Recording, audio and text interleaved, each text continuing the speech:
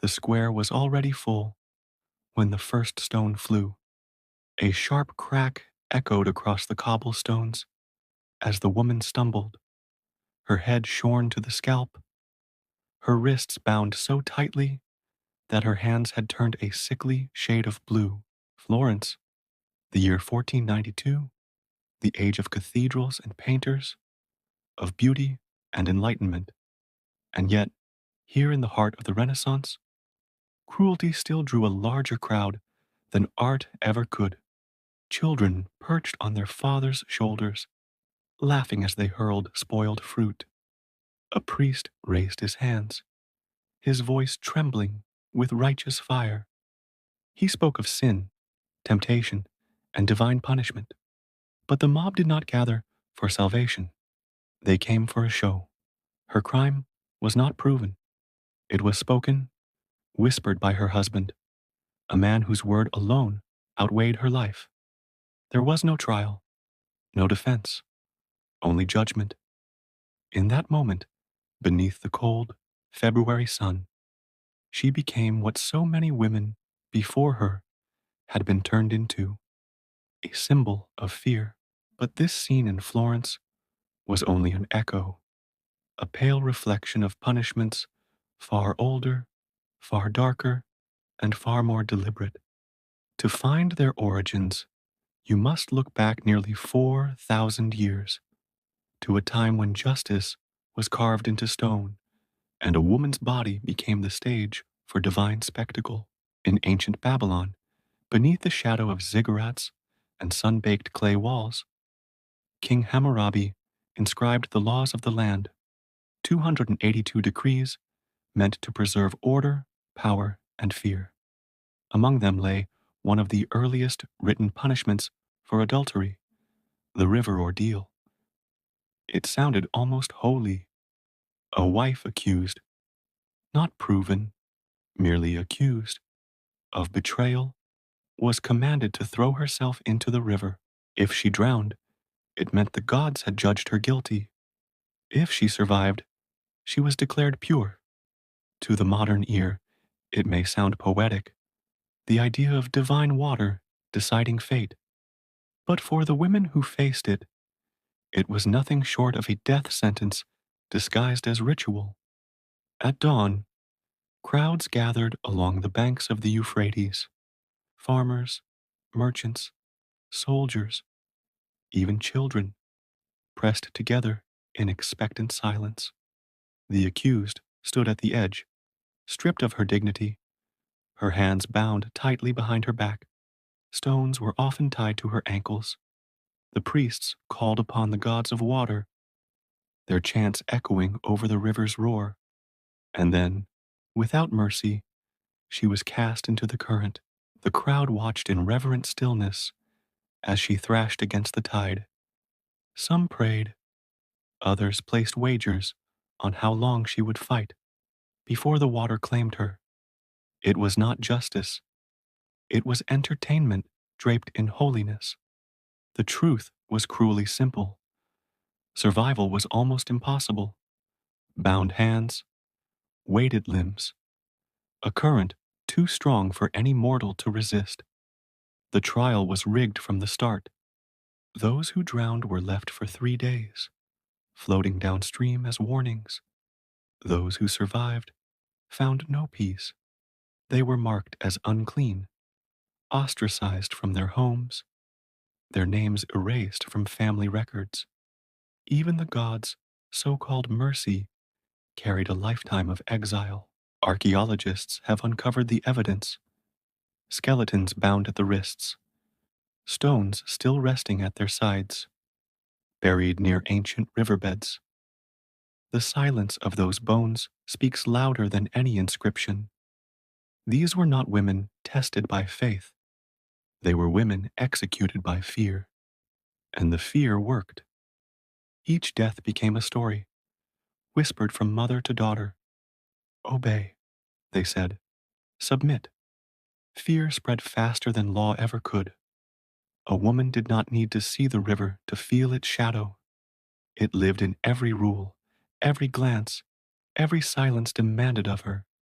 Even the ancient scribes who served the kings sometimes left cracks in the stone, brief glimpses of conscience. One tablet, broken at the edges, bears a chilling line. Her husband tires of her. The river is his solution. The gods are his excuse. It reveals everything. That behind divine justice lay something simpler, pettier, convenience. The river became the perfect disposal for unwanted wives. No blood on the husband's hands, no questions from the neighbors, only a ritual, a prayer, and the quiet rush of water closing over a face. The ordeal spread far beyond Babylon. The Assyrians adopted it, the Hittites echoed it, and centuries later, the same logic resurfaced in Europe, disguised once more under holy names. The witch trials, always water, always women, always the illusion that guilt could float and innocence would drown. What made the ordeal so effective was not its brutality, but its psychology. It bound the community together through shared cruelty. The act of watching, of cheering, made everyone complicit. Once you had thrown a stone or laughed at her struggle, you could never claim to be innocent again. Guilt was communal, and that was its genius. The punishment was also deeply gendered. Men accused of betrayal might pay a fine or face temporary exile, but women were the vessels of family honor. To punish them was to remind every wife, every daughter, every mother that her body was not her own. It belonged to her husband, to her God, to the law. The river, then, was not water, it was control, and that control flowed forward in time, reshaping itself to fit new empires and new faiths. The Romans, heirs to civilization and order, would take this idea that public pain could purify and raise it to a level of cruelty the world had never seen. When we think of Rome, we picture marble statues and noble senators, but beneath that gleaming surface ran a darker truth: power built upon spectacle. The same empire that filled arenas with gladiators also turned women's suffering into theater. In ancient Rome, a man's authority, the paterfamilias, extended over every life in his household. Wife, children, slaves, all existed beneath his shadow, and when it came to accusations of infidelity, his word alone was enough to condemn. Roman law under Emperor Augustus formalized what had long been practice. Husbands could execute their wives, caught in adultery, but death, ironically, was seen as too merciful. Public humiliation became the preferred method, a punishment designed not merely to end a woman's life, but to erase her identity. The most feared of these punishments was rhinocutio, the cutting away of the nose. In a culture where beauty defined worth, the act was devastating. The disfigurement made survival worse than death. The condemned woman was dragged before the people, her husband declaring her sins aloud for all to hear. Then, before the eyes of the crowd, her beauty was taken from her, a symbolic act meant to remove temptation itself. The message was unmistakable. A disobedient woman no longer deserved a human face. The people did not look away. They applauded. Rome turned punishment into ritual, and ritual into entertainment. Once disfigured, the woman was paraded through the streets, riding backward on a donkey, a grotesque inversion of honor. Signs hung from her neck describing her crimes. The crowd jeered. Some threw scraps of bread, others spat. But what made these rituals truly monstrous was how ordinary they became. Merchants opened their shops along the parade route.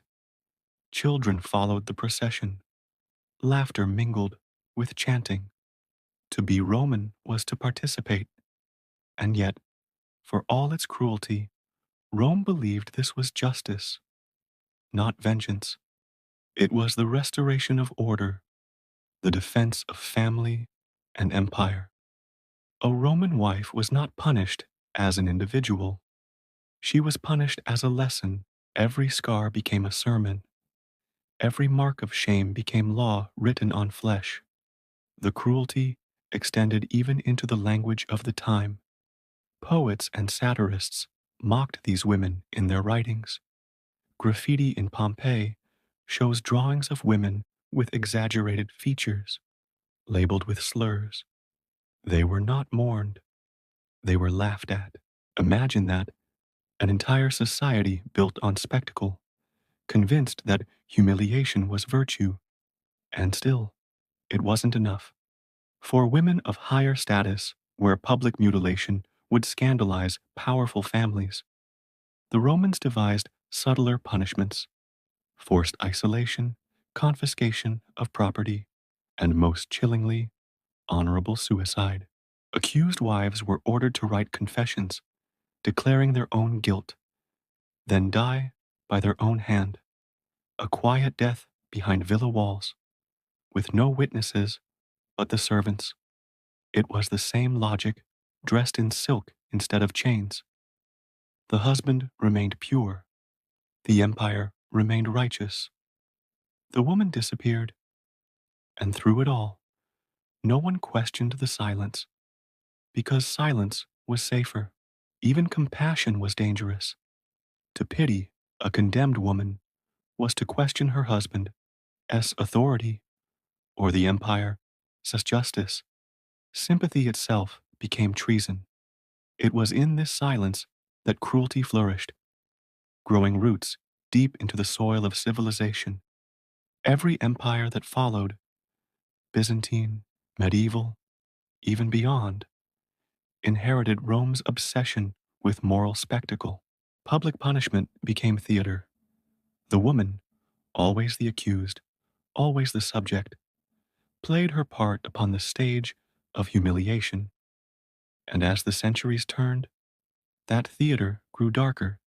In Byzantium, punishment became ritualized, a grotesque parade that blurred the line between religion and revenge. But that is where the next chapter begins, because what Rome performed in marble courtyards, Byzantium perfected in the streets, turning repentance into horror and shame into public celebration. And when you hear what they did to the women accused in Constantinople, you'll understand why history itself tried to forget. When the Mongol fires died down, the silence was worse than the screams.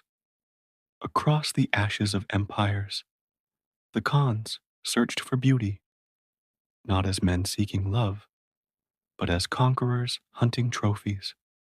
To them, a princess was not a woman. She was proof of victory. The chronicles whisper of how Genghis Khan ordered his soldiers to present the royal women of conquered cities before him, their wrists bound with silk, their eyes hollow from weeping. Each princess was made to bow before the man who had erased her dynasty. If her face pleased him, she was taken to his tent. If not, she was handed to his generals as spoils. In one account, the Tangut queen, known for her moonlit skin and violet eyes, begged the Khan for mercy. He granted it, but only after forcing her to serve at his feasts, pouring wine for the men who slaughtered her family. She was paraded like a ghost, draped in gold. When she finally refused to serve, Genghis ordered her strangled, her body burned with the ruins of her palace. But the cruelty did not end with him. His grandsons learned well. Kublai, the so-called enlightened emperor, demanded Korean princesses as tribute. They were delivered to his palace in chains of silver, a deception of beauty hiding captivity. Some were renamed, their past erased, their language forbidden. They smiled in portraits, but their eyes were empty, painted windows to a lost homeland. Others were given to Mongol nobles to cement alliances, living offerings wrapped in silk and silence. The historians wrote of political marriages, but the truth was darker. Each princess became a currency in the empire as endless game of power. Behind the golden curtains of Karakorum and Khanbalik, the air smelled not of incense, but of despair. Even in death, they were not free. Some were buried alive beside their conquerors, sealed in tombs to serve them in the afterlife. Their cries, it was said, could be heard when the desert wind passed over the burial mounds. The Mongols believed it was the spirits of the queens, still wandering, still searching for the lands that were taken from them. In the annals of the Persian historian Juvaini, one line stands out, a single sentence buried among victories and blood.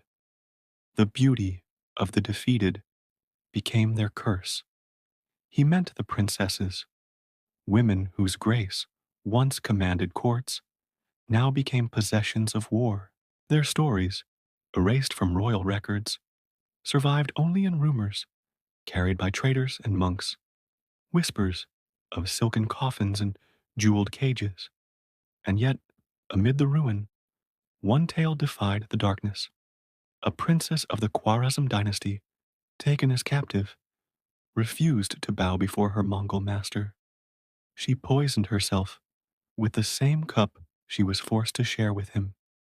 When her body was found, the Khan said nothing, but the next morning, his tent was burned to the ground, and every guard on watch that night was executed. Perhaps even the Khan felt something close to fear, not of armies, but of the memory of a woman he could not break.